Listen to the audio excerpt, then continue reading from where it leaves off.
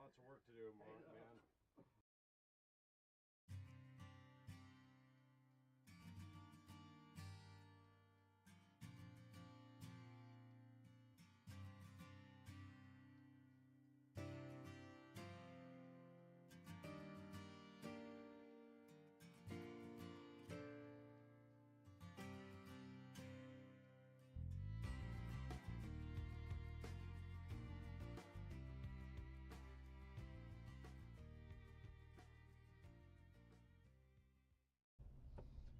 All right, so I'm leaving a mobile home park down here in, I think it's Dixon, California, and I just bought that boat.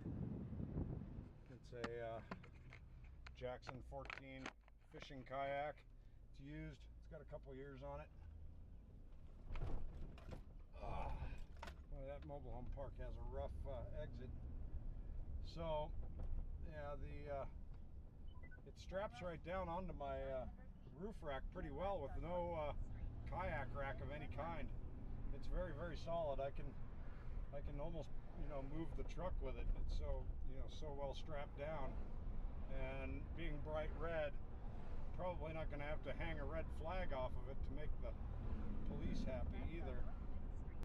All right, so I've got my kayak all set up. I added this anchor trolley yesterday, as well as this anchor line loop, a float, and a small anchor I got for 10 bucks at Walmart.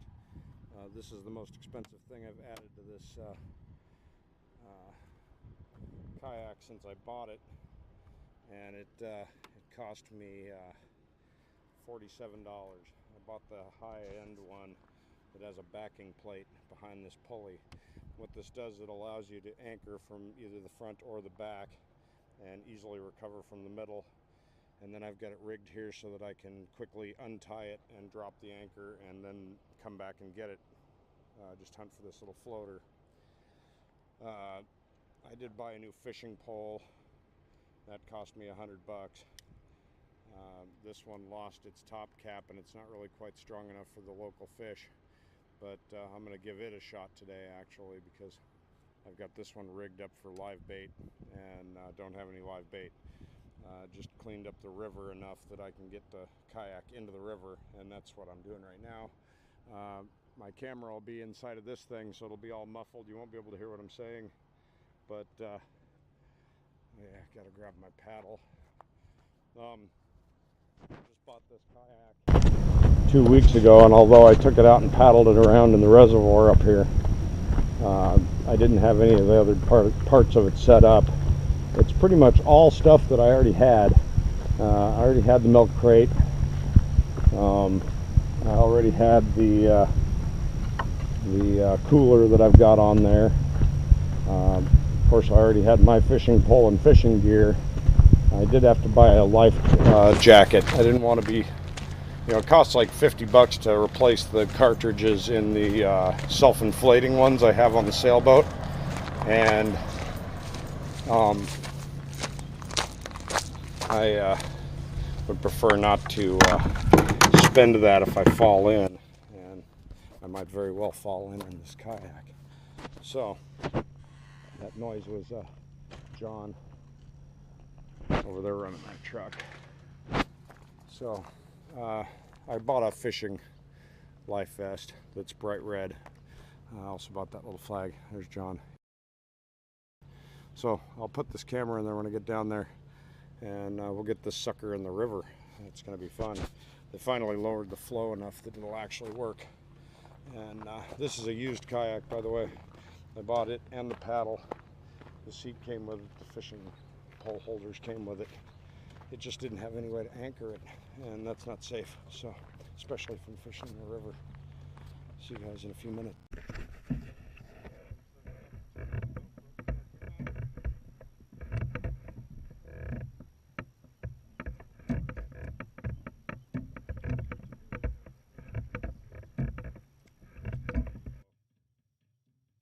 So I went ahead and cut it out,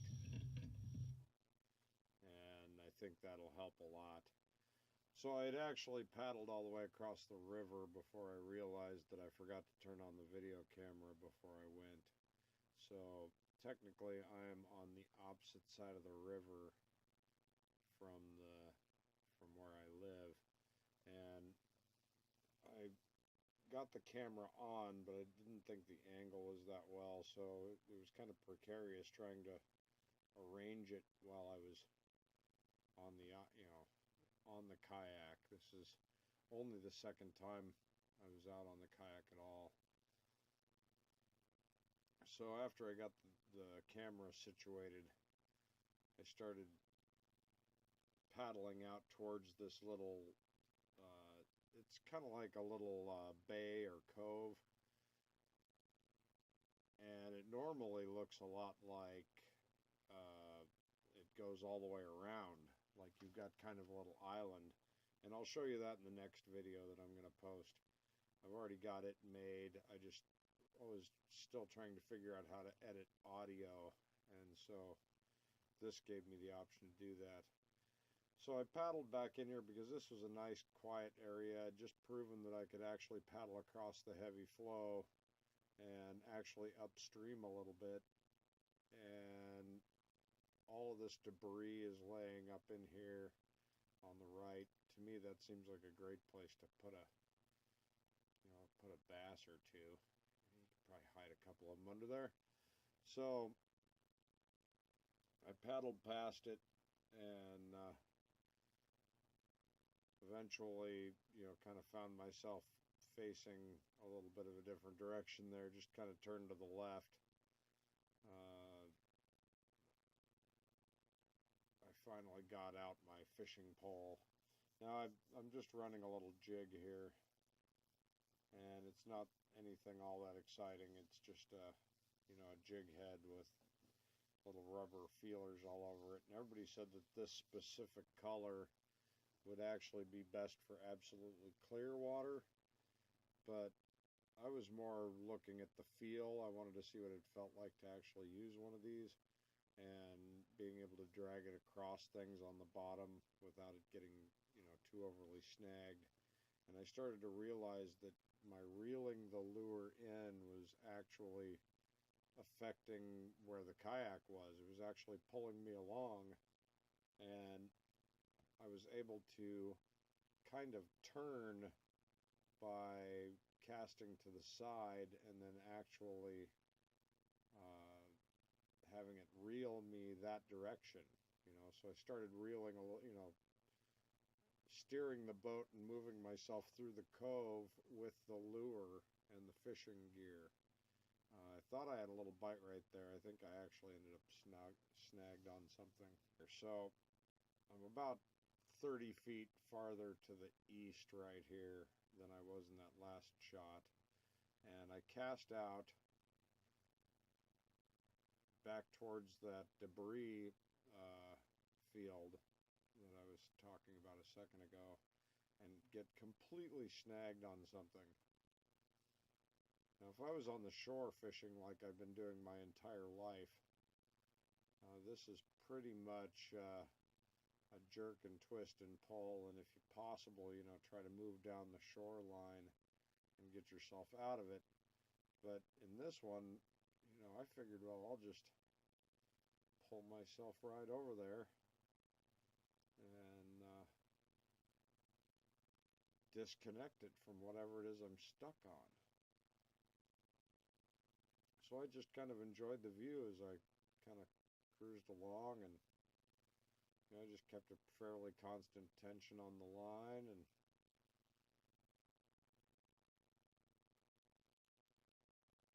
eventually I found myself actually getting up near it.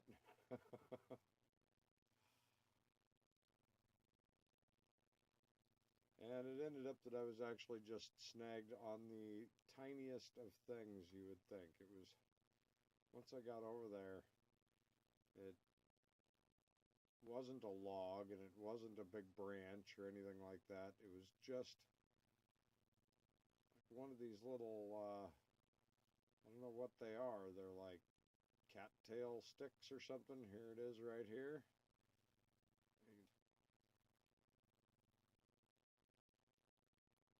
So I moved over just a little bit and started, while I was actually over there messing with that, I saw bigger fish, or heard bigger fish jump over in this area between the pool and the main flow. So I went ahead and cast over there, and I cast back behind me a little bit to get, to see if there was anything underneath that debris field. So I decided I'd move out and I would play with my anchor. I got it all kind of situated over there in the bay before we switched over to this scene here, and I got everything all set up and ready to use, I thought. And so I got it out and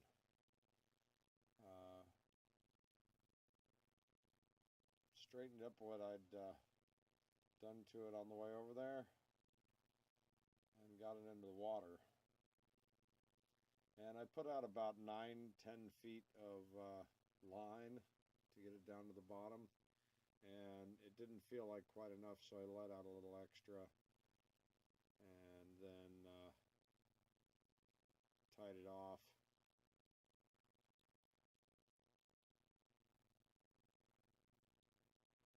Whatever it is there. And then at this point, it eventually kind of stabilized off, and I ended up pointed downstream because the anchor trolley slid all the way to the back of the boat. The anchor ends up being off the very tip of the stern, and so you point downstream. And so basically it just rocked back and forth from this point for quite a long while. I really enjoyed the constant sway of this part of the whole thing. It was a lot of fun.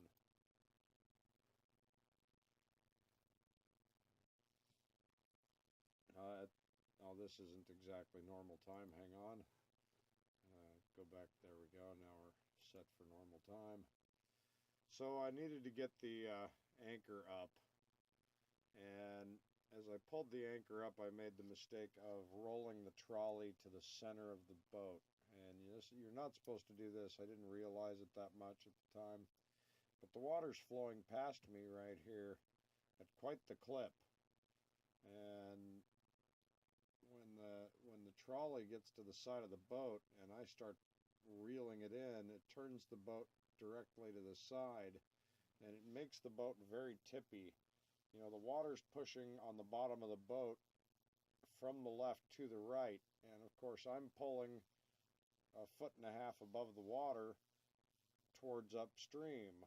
So I had to lean pretty heavily and basically kind of try to balance the two. And it felt like the anchor was really stuck on something. So I found this part really frustrating, getting it back in. I actually started kind of, cussing at the thing, and I was making a big hoopla about how I should have paid a little more attention to some of the videos on this. I was able to, to pull off the balance. The fact really is that I could see what was going on, and so I was able to compensate for it. But I really was disappointed in myself for not thinking through the anchor trolley properly. I should have just reeled this in with the rope running to the back of the stern and pulling the boat up from the back instead of trying to pull the boat upstream sideways. And,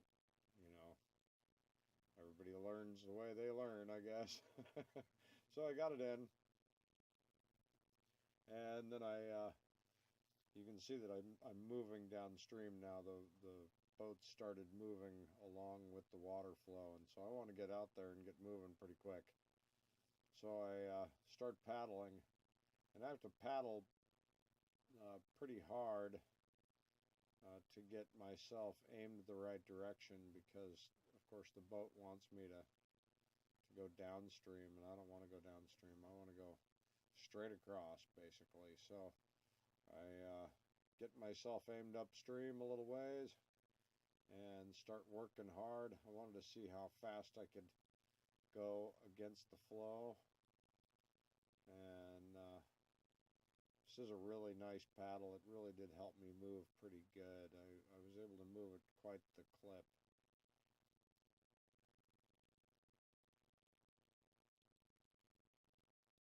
Wish I'd have caught a fish, but I don't know if I was quite prepared for it at the time, to be honest with you.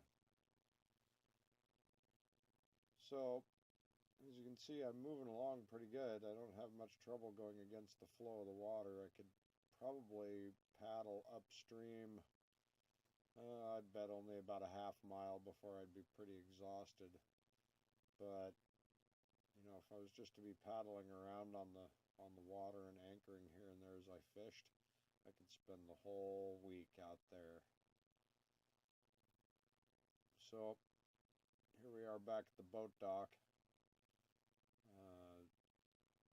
We cleaned this up like almost the very next day, and I can just roll the kayak right down to the river. But I'm about to start working on the chicken coop, so the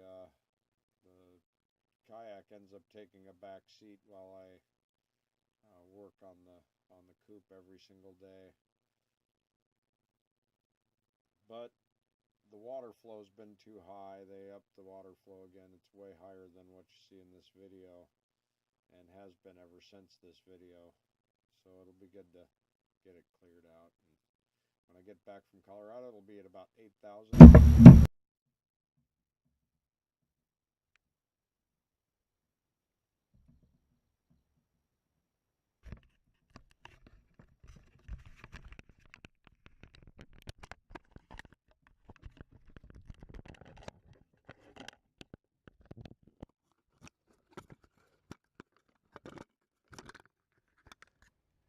All right, so that's 42 minutes of over to there. That's where I anchored.